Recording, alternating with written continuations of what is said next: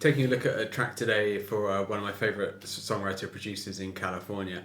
Now, when the track came to me, it already had drums, bass, vocals, some guitar parts already. I think there's an acoustic and an electric in there. The interesting thing about this track, and I'll play you a snippet of it in a second, is it's the same chord pattern throughout. It's actually just two chords. It's going from F to C. It's got that kind of groove, and as soon as you hear it, you can feel that it's instantly catchy.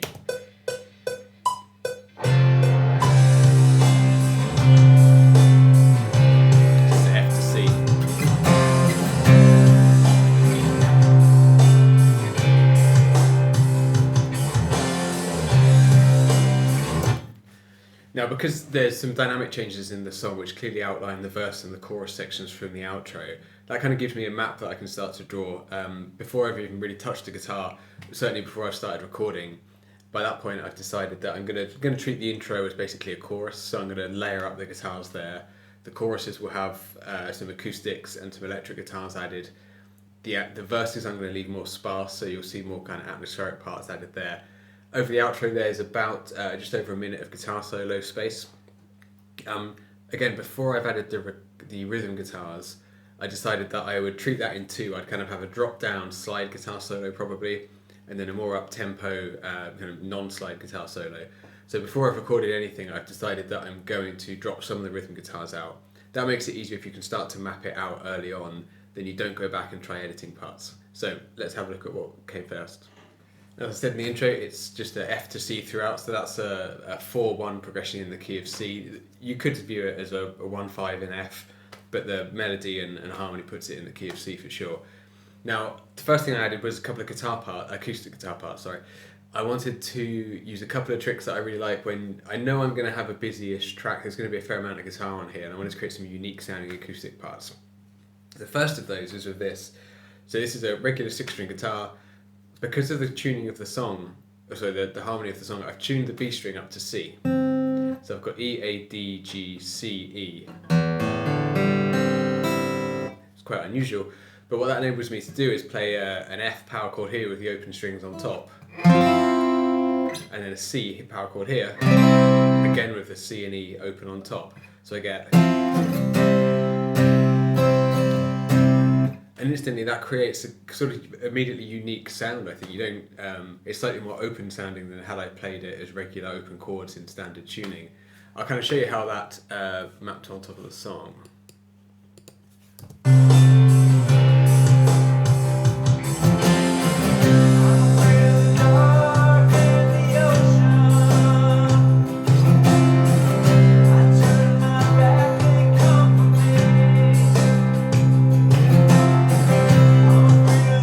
You might be able to hear it just adds a chime that you wouldn't normally get, just that kind of certain something. It also sets it apart from the existing acoustic guitar that's on there.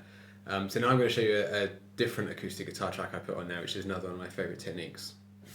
So here's a little guitar I use a lot. This is in Nashville tuning. So that is the 6 strings which are added to a regular 6-string set to make a 12-string guitar.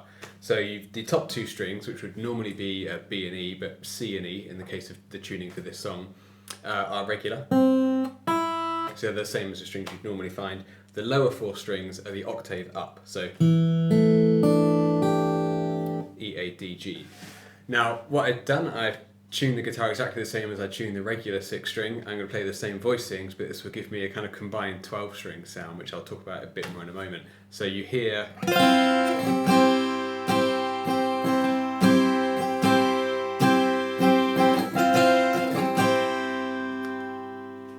Pretty unique, right? It certainly sits out in a track, and I'll talk about the mix discussion afterwards.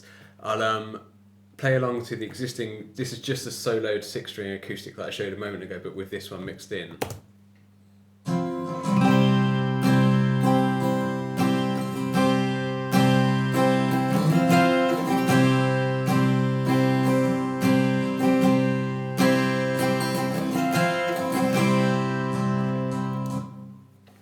So I added this almost everywhere I added the regular 6-string. So that's over the intro, over the third chorus, and over the outro. In the second and third choruses, I just had the regular 6-string acoustic, which meant that again the song had some kind of dynamic variation. It wasn't that every time you heard the chorus you heard this guitar. I wanted to mix it up a bit, and that gave the option. So the obvious question is, if you're going to do that, why not just use a 12 string? I've owned and recorded 12 strings quite a lot in the past. They have one downfall for me, which is I love the sound they make, but all of the sound goes into the microphone. And by that I mean there's no way to separate the lower and higher frequencies coming out. If I record a regular 6-string and this Nashville strung 6-string, I've got two options. I can split them left and right, I can mix them up and down relative to each other. So if I basically want to mimic a 12 string, I would mix them in the same place and at the same volume level.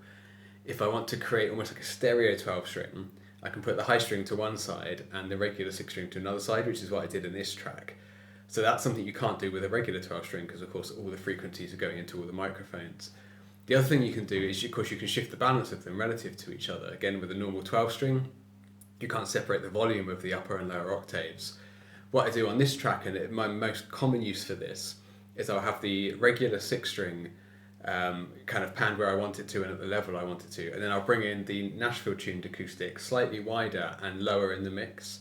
What that does is, instead of being quite such an obvious 12-string sound, it adds sort of a halo on top of the 6-string. We struggle for a better word there, but the kind of halo effect is what I mean. So here's, if I play the mix, and hopefully you can hear it, here's the regular 6-string. And then if I drop in the Nashville strum, you can just hear it in the other speaker. It's not as obvious as a 12-string would be. I've got way more mix control, rather the producer's got way more mix control. And it's just another little layer you can bring in that brings some interest into one of the speakers at any point in the song. So with the acoustic guitars in place over the intro, choruses and outro, I wanted to add a rhythm guitar hook. So not a melody line, but a rhythm guitar that's got some movement in it, such that it's not just adding kind of depth of sound, but it's actually adding something that the listener can hook onto. So typically you need some movement in the chords if you're going to do that. In this case I'm going between the F and the C. I came up with a part that's like this. I kind of also added a percussive part just before it enters to create kind of another hook.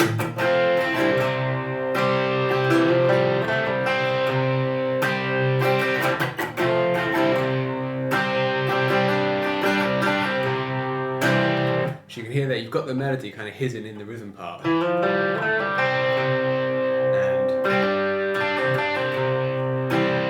so here's how that sounds over the song.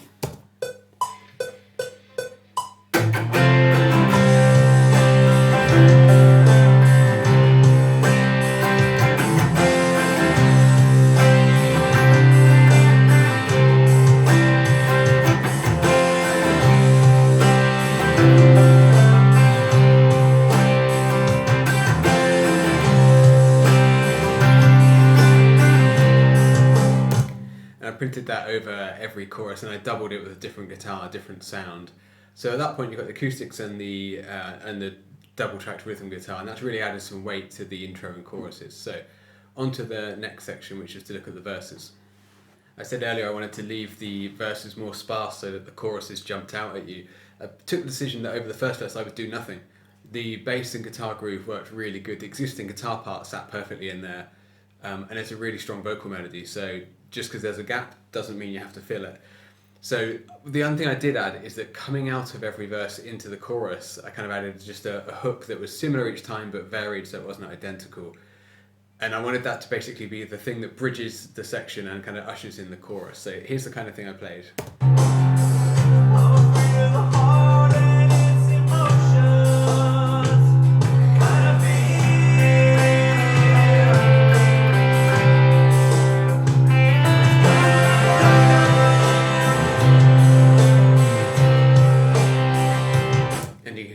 Guitars entering the chorus. That's just a really simple idea.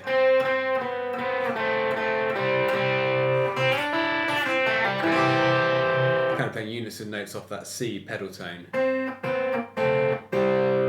then the lick that leads in.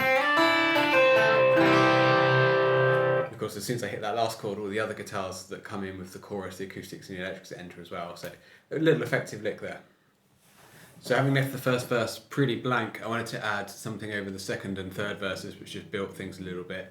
Got a pretty clean tremolo tone here. And added that sort of C sus2 voicing over the verse, and I'll play that in the track.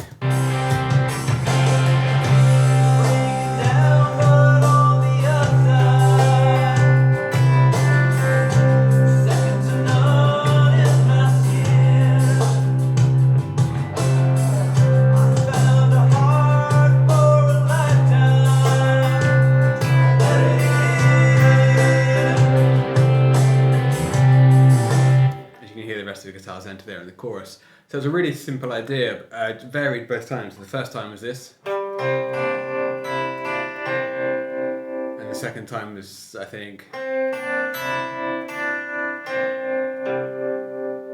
just a little rhythmic twist. You heard in there also there was a little clean overdub. I'll show that now. So with that little part packed away on one side, I wanted to add a complementary part, so no effects on this one, but just more kind of clean feel melody lines. So I'll show you the ideas I played in the verse here.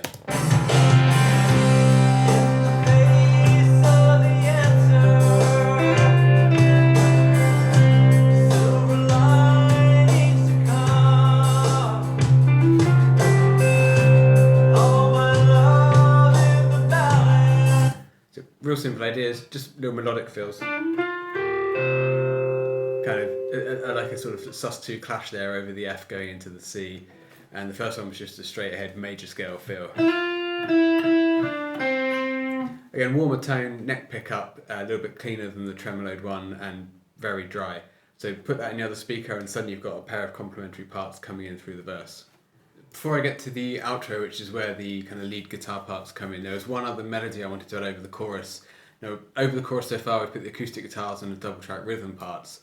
I wanted to add something very different, so kind of a high, relatively wet tone, which has a fair amount of reverb and delay, and just see what kind of melody came out there. Now, given the vocal melody is so strong, I didn't want to get in the way of that, and it came out with this.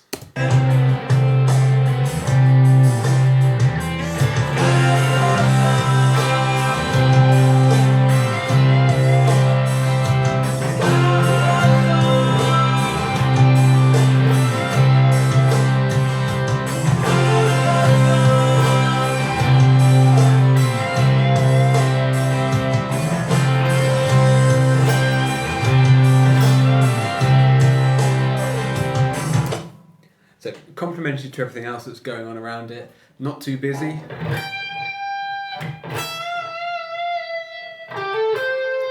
And really just outlining a C major arpeggio. So again, nothing groundbreaking in terms of technique or theory going on there, just a real straight ahead melody that sits where nothing else is sat and adds a big hook into the chorus.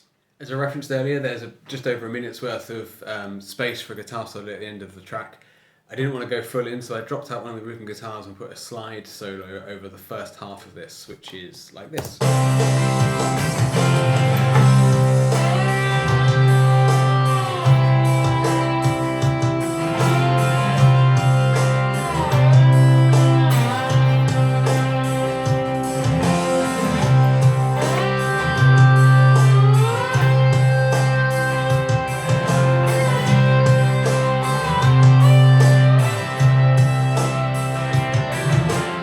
So as soon as the slide guitar drops out, I wanted actually to bring in two guitars, not one solo, and basically have two trading off each other.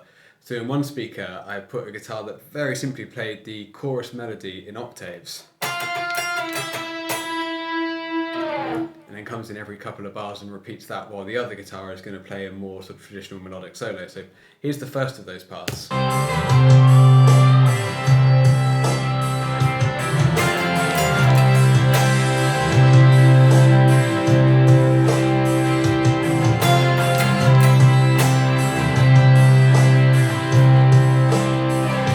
And continued that throughout until the end of the song. Because there's no vocals at this point, I kind of thought it was good to reinforce what the listener had heard so much throughout the song.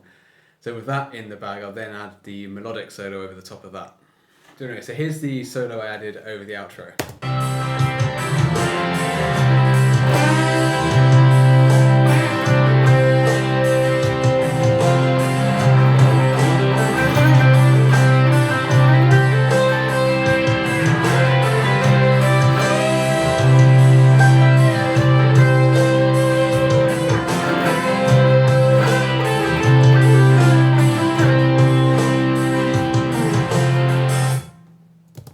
The song comes to a pretty abrupt stop there. So that's all the parts done. Again, two sets of acoustic guitars, some double tracked acoustics, some very, very sparse stuff over the verses, a chorus melody line, and then the outro solo. So it looks like a lot when you see the tracks in Cubase, but when you hear it in the mix, it's just a nice full set of guitars. Hopefully it's given the producer loads of options. I sent it to them, that they really dug it, and I can't wait to hear the final mix of what they do with it. So As always, hope you found that useful. Let me know in the comments if you've got any questions. Happy to answer them next time. Thanks.